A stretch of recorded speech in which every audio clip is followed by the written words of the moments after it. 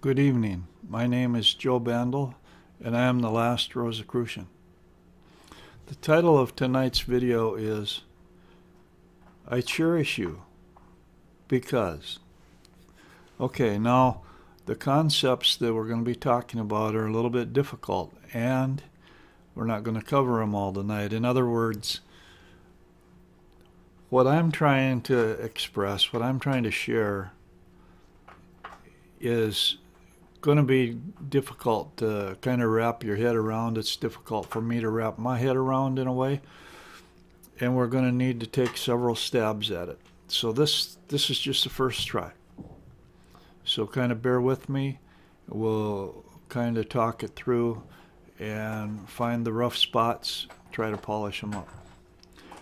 If I cherish you because I love you, because my heart finds nourishment in you, my needs find satisfaction in you, then I cherish you out of egoistic pleasure because you yourself are valuable to me. Now, we all want to be valued for what we are. Okay? And this is kind of what we're talking about. You are not sacred and above everybody else, but you are unique. And I love you because you are you. And don't we want to be loved because of who we are? No one else can be to me what you are to me. And I want to be to you what nobody else can be. We want to be special, and we want to share who we really are. But that's very sacred. It's very intense. It's very egoistical. But others prefer that I cherish you because you are part of something higher. Family, I cherish you because you're family. I cherish you because you're a spouse, because you're a member of my church, a fellow countryman, or even I cherish you because you're human. These are all things we're being asked. But that's not really what we want when we come down to it. We just want to be cherished for us. And we want to cherish somebody else.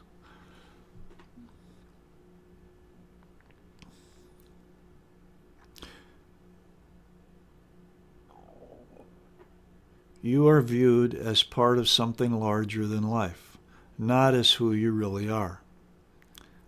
The roles we play: mother, father, husband, and wife, brother, sister, lover, Christian, atheist, worker, patriot, and so on. But these are all just small roles that we play in life compared to the multidimensional beings that we really are. These are just parts of who we are. We are larger than the roles that we play in life. We are unique individuals, and these roles can't do justice to who we are. They just are a facet. Is it possible to get behind the mask, behind the roles that we play, and discover the real person? Good question. Do we even want to know who the real person is? If we know somebody too well, it becomes hard to hate them or hurt them. If we get too close, then we become vulnerable as well and could be hurt. And nobody wants that. This is a very real danger that we must confront each time we encounter another person and let them into our lives and into our personal space. How far do we let people in? How far do we really want to go into somebody else's life? At the same time, we need to ask ourselves if we want them to get behind our masks and discover who we really are inside. Because we wear masks. We don't really let people know what's inside, what's going on. But one of the greatest longings in life is to not be alone. But one of the greatest fears is to really be with someone as we really are and as they really are.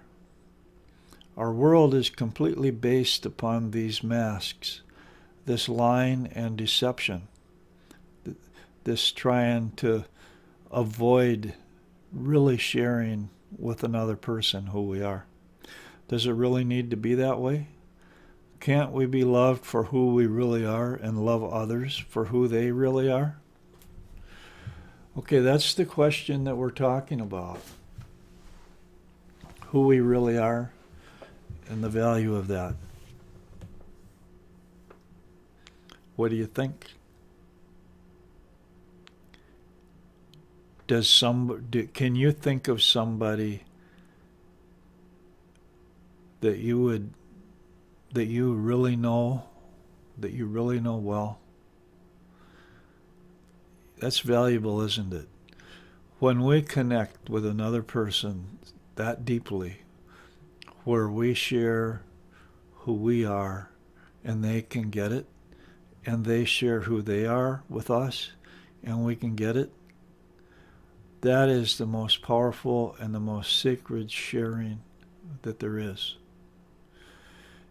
And rightly so, that belongs to a special kind of relationship.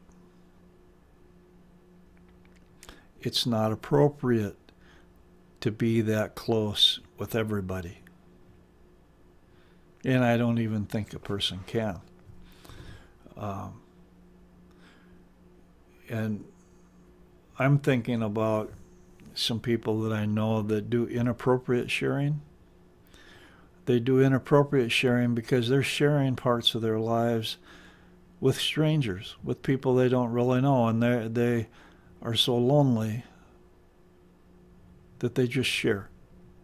They share these things, they blab it out, and it kind of pushes people away because these people that hardly know them are like, wait a minute, I'm a little bit uncomfortable with you're telling me a little more than what I want to know for what this relationship is, whether it's a work relationship or casual relationship or whatever. And it goes the other way too. The closer we are in a relationship with somebody, the more we want to know, the more we want to share, and the more we want our partner to understand us. And this is, so it's a difficult subject, but if we go back to the beginning, it's egoistical. Now, and it's considered bad because you're talking about you want it for yourself. You want this other person for your own selfish purposes. But I'm trying to share, I'm trying to say, being selfish, being self-centered in this way, with the ability to share in this way, is sacred and is healthy. Because, and this is why it's going to take quite a few videos before we really work our way around the rough spots on this. Because I live in the center of my universe. I wake up, I look around me, I see my environment, I see the people in my environment, I see the animals in my environment. I'm in the center of my environment. So I am a center of my environment, of my universe, actually. And you, when you wake up, you look around you, and you look at your environment, and you are at the center of your environment. We are at the center. It's natural to be at the center of our environment. It's natural to be at the center of our universe. But people call that being self-centered, egoistical, and they call it unhealthy. It's not unhealthy because it's the way it is. Now, as long as we are open and sensitive to others, as long as we admit that others are the same, there's not a real issue. The problem comes when we are so blind to others. We're so blind to the needs of others. We're so blind to the existence of others that all we do is talk about ourselves, act about ourselves, that kind of thing. The sharing is sacred.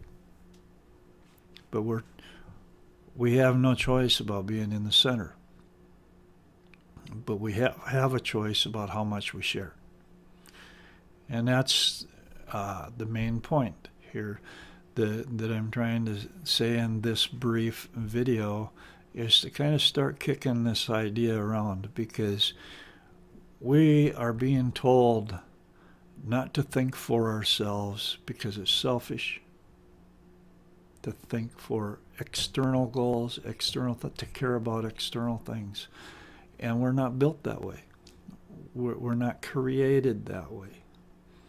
We have the divine spark of the Christ Spirit inside our hearts.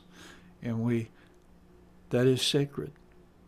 And we are able to experience life in a shared manner that is fulfilling to us individually.